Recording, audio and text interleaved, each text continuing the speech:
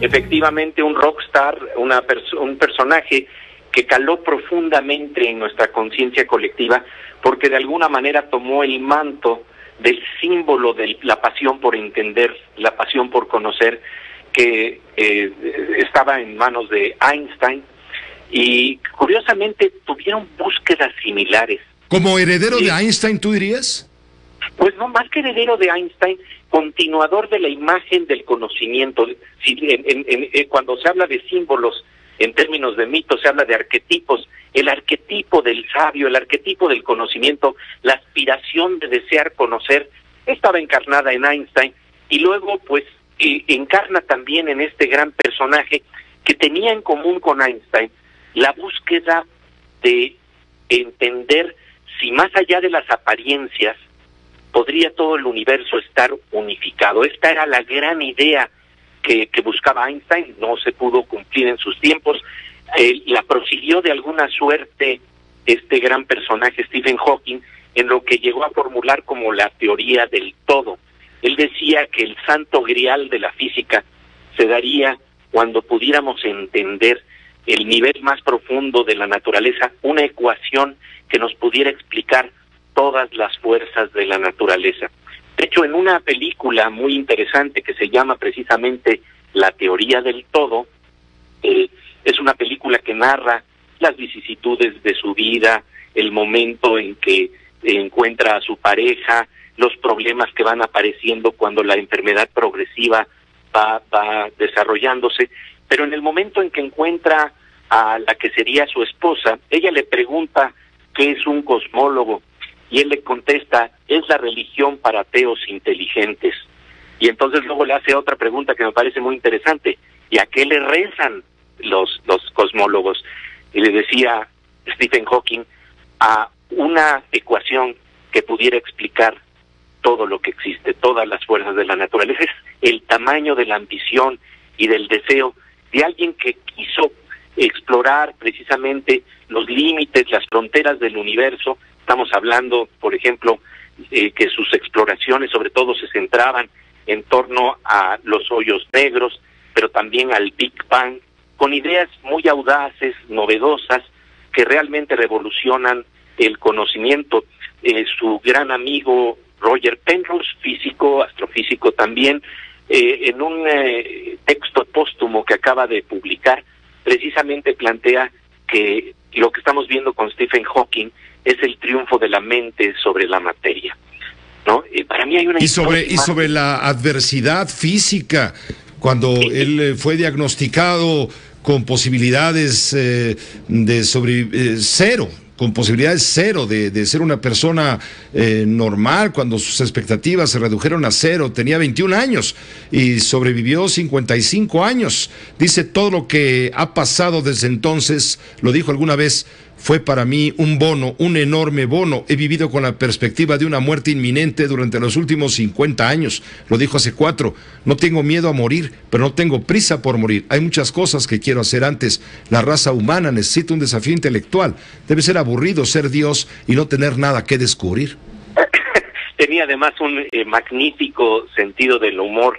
De hecho, para mí hay dos imágenes que de alguna manera capturan este deseo de entender a pesar de las limitaciones que tenemos como seres humanos en general, porque pues con los aparatos con los que contamos, con nuestros instrumentos sensoriales, no llegamos a ver más lejos de lo que deseáramos ver, y sin embargo hemos podido explorar las orillas del universo en lo que se conoce como el Big Bang, acercarnos a lo que ocurrió hace 13.800 millones de años, y como dice con humor un físico que se llama Leon Lederman, también premio Nobel, decía, sí, el Big Bang empezó hace 13.800 millones de años, un jueves por la tarde.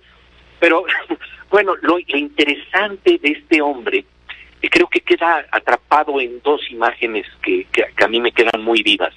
Una, un programa que él de alguna manera condujo, que realizó, que trataba de la exploración del universo, y el programa siempre se abría con un vidrio en el que estaban escritas unas ecuaciones, y en el fondo del vidrio la cámara iba viajando y encontrabas la imagen de Stephen Hawking sentado en su silla de ruedas, prácticamente sin poder tener ningún movimiento, y la cámara se iba acercando hasta ver que lo que se movía era la mirada. En la mirada le encontrabas toda la inteligencia, se abría la mirada y en la mirada encontrabas las estrellas, encontrabas el cosmos. Una maravillosa manera de describir quién era Stephen Hawking. No podía mover prácticamente el cuerpo, pero el movimiento y la libertad se daba en una inteligencia que podía viajar muy lejos. Y la otra imagen que también me parece muy hermosa tiene que ver con una experiencia que tuvo en un simulador espacial en gravedad cero. Le permite salir de su silla de ruedas y flotar en el espacio. Y cuando uno ve la sonrisa que se refleja en esa mirada, uno se da cuenta que en Stephen Hawking siempre estuvo viva la curiosidad de un niño. De hecho, en una entrevista que le hacen, él decía que los niños preguntan cómo es que funcionan las cosas y por qué. Y frecuentemente se les dice que esas son preguntas estúpidas, pero dice, eso lo suelen plantear los adultos, que ignoran las respuestas y que no quieren verse como tontos admitiendo que no saben. Es muy importante, decía Hawking, que los jóvenes mantengan su capacidad de asombro y sigan preguntando por qué. Y él decía memorablemente, yo mismo soy un niño en el sentido de que sigo buscando. Él era un ferviente seguidor de Los Simpson, por cierto, esta serie animada, ¿no? Muy longeva. Él apareció incluso en un capítulo que se tituló Salvaron el cerebro de Lisa, perteneciente a la 10ª temporada. Se emitió este capítulo en mayo de 1999. Mira, tenemos una parte de este programa de Los Simpson donde se hace la caricatura, la representación de Stephen Hawking. Poca cosa, mi cociente es de 280.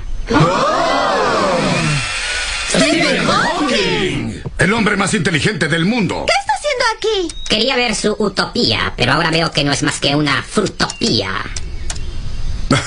Imagino que el Dr. Hawking se refiere a... Silencio. No necesito que nadie hable por mí, excepto este aparato. Ustedes han sido corrompidos por el poder. ¡Qué vergüenza! Larry Finn tiene razón, ustedes están locos.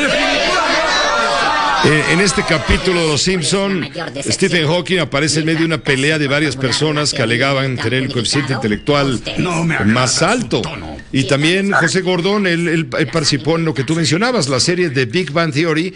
Participó interpretándose a sí mismo y humillando al joven Sheldon Cooper al grado de provocarle un desmayo. Esto fue en el año de 2012, el 5 de abril. Sí, porque le interesaba estar en contacto con los niños. De hecho, él junto con su hija Lucy escriben un libro con un título muy sugestivo, La clave secreta del universo.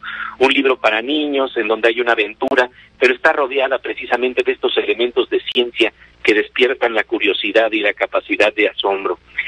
A mí lo que me parece importantísimo en este hombre es que nos vuelve a recordar esto que nos planteara Blas Pascal. En el universo el ser humano no es más que una pequeña caña, un pequeño filito, un pequeño filamento en medio de todo el vasto universo. Y sin embargo es una caña pensante. Y cuando vemos las condiciones extremas en las que vive esa caña pensante que se llama Stephen Hawking, nos damos cuenta de lo que quiere decir la imaginación, el vuelo de la imaginación que pudo desplegar en el conocimiento de la ciencia. Bueno, también Stephen Hawking, a pesar de sus tremendas limitaciones físicas que no mentales, demostró que podía cantar. Esto que tú hablas del gran humor que él tenía cuando interpretó Galaxy Song del grupo humorístico Monty Python, El significado de la vida. Es un clásico de la comedia de 1983. And you feel that you've had quite enough. Just remember that you're standing on a planet that's evolving and revolving at 900 miles an hour. That's orbiting at 19 miles a second, so it's reckoned. The sun that is the source of all our power. The sun and you and me. ¿Qué te parece, José Gordón? No, es maravilloso. Ahí muestra esa curiosidad de niño que compartía, por cierto, con Roger Penrose. Roger Penrose es autor de un libro que se llama El nuevo traje del emperador. ¿Te acuerdas de esta maravillosa historia, Claro. este relato, en donde el emperador, como con las fake news, le están diciendo con estas noticias falsas de que le han bordado el mejor traje y realmente está desnudo y nadie se atreve a decir que el rey está desnudo? Los niños se atreven a decir que el rey está desnudo, y algo de esto tienen tanto Roger Penrose como Stephen Hawking. Cuando veían las grietas que todavía hay en el conocimiento científico, planteaban: aquí todavía nos falta seguir investigando, seguir ahondando, seguir preguntándonos, ¿no? Y esto me parece fundamental, una labor prácticamente detectivesca, pero con esa curiosidad de niño que siempre le acompañó, una curiosidad que le permitía hacerse las preguntas que a veces no queremos hacernos porque se supone que van más allá del problema de la ciencia. Él tenía una curiosidad por la posibilidad de ver si se encontraba vida extraterrestre, en fin, estas preguntas que realmente nos plantean cuál es nuestro lugar en el cosmos, ¿no? Y en este marco, él planteaba que el universo no sería gran cosa si no fuera el hogar de la gente a la que uno ama. Esto me parece que nos retrata de cuerpo entero a Stephen Hawking. Sí, él decía, hay que mirar las estrellas y no mirarse los pies.